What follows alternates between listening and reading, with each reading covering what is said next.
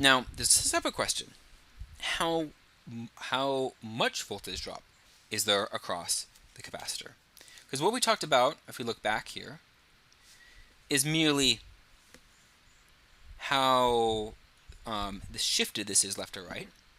Now, the frequency is the same, meaning that there are just as many peaks in 1 second for the current as for the voltage drop. But we never talked about how large this peak is right here and how that compares to the peak of the current. The answer is given here. Now, you can use this formula either with the maximum or with the RMS values, because both of these are just offset by a factor of square root 2. So if the maximum follows this formula where you have delta V max and I max, you divide by square root 2 on both sides, and that's the same thing as having the RMS on both sides here. And what that says is, if this is I max, then this right here, what it goes up to is I max divided by 2 pi f times the capacitance. So the larger the current is, the amplitude of the current, the larger the amplitude of the voltage drop across the capacitor, which should make sense because it'll build up more charge if there's a larger amount of current flowing. Now, there's a couple other things that come up here. One is that the frequency is important. Okay. Now, that also should make more sense. The higher the frequency, the more often it goes from charging to discharging, from current flowing to the left going to the right. And if the current frequency is higher, there won't have been enough time for a significant amount of charge to have been deposited on the plate. So the maximum charge will be smaller, which would mean, according to this top equation, that the voltage drop across it, the maximum voltage drop, would be smaller as well. So the frequency shows up to tell us how this comes in here, where the higher the frequency, the less the voltage drop across the capacitor. Because if it switches back and forth all the time, it never has enough time to build up a significant amount of charge on the plate. And the other thing is that there's still this capacitance in the denominator, and the reason why is because really this has a capacitance in the denominator. Really what's going on here is that the maximum charge is the max current over 2 pi f. And then if I just plug that in here, if I want to convert from charge to voltage drop, I have to divide by capacitance. Okay, so that's where this comes from. And you can show this using calculus with the formula for the current. We won't do that because we'll skip the calculus. Just take a derivative, by the way, if you do have the calculus to show this. But qualitatively, that's why. Physically, you divide by this factor of the frequency, because the higher the frequency, the less time it has to charge up. The 2 pi is a numeric factor that you can't explain with this type of an argument, but it is true that there is a factor of 2 pi here. Now, given this fact, we want to note that this looks kind of familiar. Okay, in the sense that you have a delta V equals an I times something. Okay, and that something is called capacitive reactance. Okay, so here's what's going on.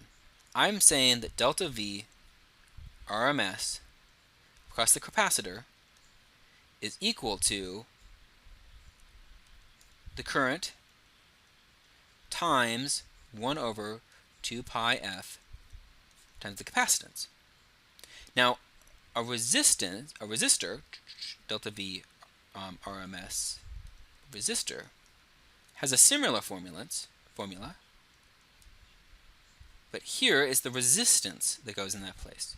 So we have an equation that's similar for resistance and for capacitors, but now this 1 over 2 pi f times the capacitance kind of takes the place of resistance. So it's going to be very similar to resistance, but this reactance thing is different, and I'm going to clarify the difference between them. Well, first to note, reactance, we're going to have two types of reactance. We're going to have capacitive reactance and inductive reactance. It goes by symbol X. I don't know why X. Who knows why? but we're going to use a capital X, and then we're going to use a capital C. C is a subscript to mean capacitive, and L for inductance. It has units of ohms. It's the same as a resistance. And the reason why you know that is it fills the same spot in an equation. So it has to have the same units. Okay? So if it wasn't clear, this equation here implies the voltage drop across, RMS voltage drop across a capacitor is the current times X instead of the current, so IX instead of IR. And essentially, by definition, we're going to take it as the ratio of the RMS voltage drop to the RMS current. And again, this is telling you, roughly speaking, the max, the amplitude of them. How big is the amplitude of the sine waves? Now, I want to clarify the difference between reactance and resistance. First off, their symbols are different. R is for resistance, X is for reactance. Now, they're not the same quantity, and the difference is a little tricky. So here's what's going on. Resistance is the ratio of the instantaneous voltage drop divided by the instantaneous current. For a resistor, this is always the same number. Okay, that you always have the same amount, delta V at the same time is this divided by the current at the same time is a constant number. That's not true for a capacitor. Let's go back and look. So for example, I'm going to look at the current. If I took this voltage drop right here, 0 at this time, divided by this current, which is max, I would get 0. At this later time, I do this voltage drop, say this is 5 volts, it's a random number, say it's that, and I divide it by 0, I would find that I would get an infinite ratio there. Here, I would get negative infinity, because it'd be a negative 5 volts divided by 0.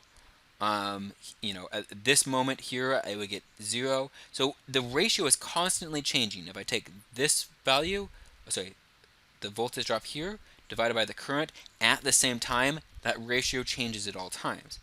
However, there's a ratio to the amplitudes, and that's what reactance is. Okay, not moment by moment, but the amplitude compared to the amplitude here. And this, in the case of an AC circuit, there's this nice sine wave for current leading to a nice sine wave for voltage drop. This, then you can talk about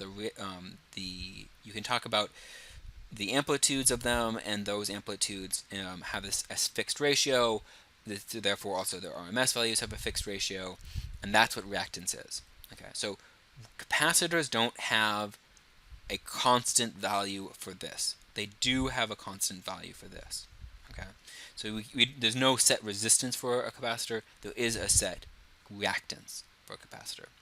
I'm going to find a similar thing for inductors.